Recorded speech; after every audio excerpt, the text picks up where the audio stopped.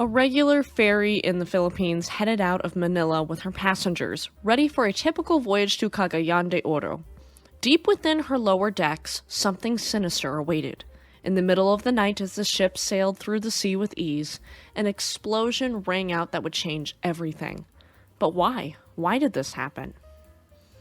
MV Superferry 14 was a RoPax ferry built by Hayashikane Shipbuilding and Engineering Company Limited in Shimonoseki, Japan in February of 1981 as the White Sanpo II for the Japanese company Sanpo Kayun KK and was transferred to Ehime Hanshin Ferry in 1997.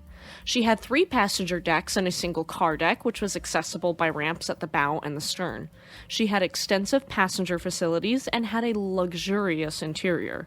She featured a twin Queen Elizabeth II inspired funnel. She was painted white with a giant red phoenix on the side of her hull. In 2000, she was sold to WG&A, where she was renamed the MV Superferry 14 and was inaugurated in Bacolod City in October of that year, coinciding with the Mascara Festival. WG&A promoted the ship as a festival ship during its entry into service. At the time of her service in the Philippines, her interior was more opulent than what is normally found in a domestic ferry. WG&A marketed her differently to distinguish herself from other ferries in her class.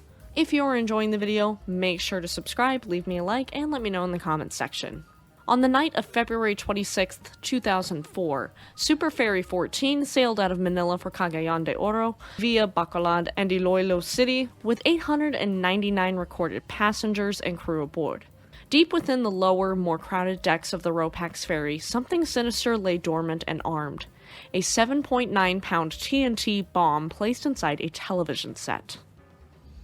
An hour after heading out around 11 p.m., sailing just off either El Fraile or Corregidor Island, sources differ, an explosion tore through the ship and rang out into the night sky. The fire that came after engulfed the ship.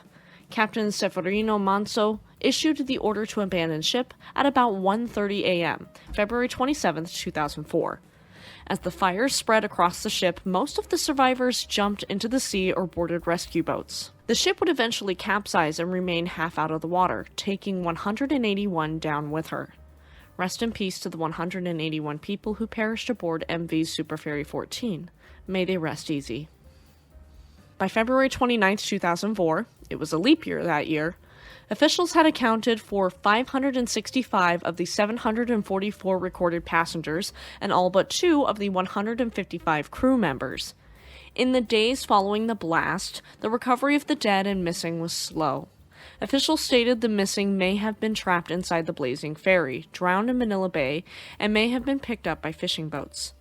The recovery of bodies took several months, with only 4 bodies recovered by Coast Guard divers from the half-submerged ferry in the first week, despite it having been towed to shallower waters near Mariveles town, west of Manila. At least another 12 bodies, some displaying blast injuries, were recovered by divers in the days up until the 7th. Eventually, 63 bodies were recovered while another 53 remained missing, presumed dead. But who planted the bomb? We'll answer that in just a moment. Thank you so much to our amazing YouTube members and patrons. If you'd like to have some awesome perks like episodes a full day in advance, join our YouTube memberships today. Despite claims from various terrorist groups, the blast was initially thought to have been an accident caused by a gas explosion. Sabotage was first ruled out.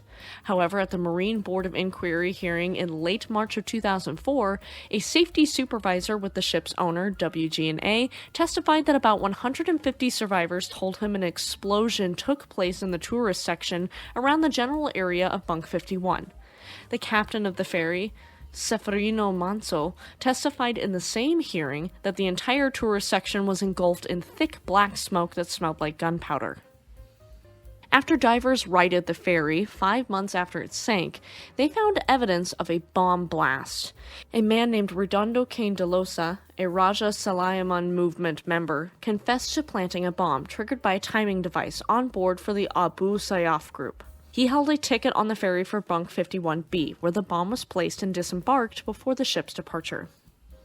President Gloria Arroyo announced on October 11, 2004, that investigators had concluded that the explosion had been caused by a bomb.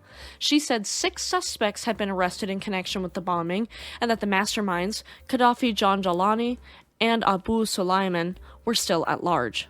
It was believed that Abu Sayyaf bombed Superferry 14 because WG&A did not comply with a letter demanding $1 million in protection money.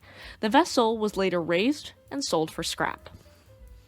Ruben Omar Pestano Lavilla Jr., a listed terrorist of the U.S. State Department and founder of Philippine terror group Raja Sulaiman Movement, was arrested in Bahrain on July 24, 2008.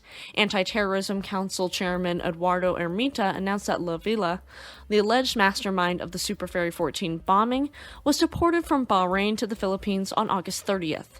Included in the sanctioned list of the United Nations Security Council, the RSM leader was also implicated in the February 14, 2005 bombings at Glorieta, and had a pending murder case before the Makati Regional Trial Court for bombings.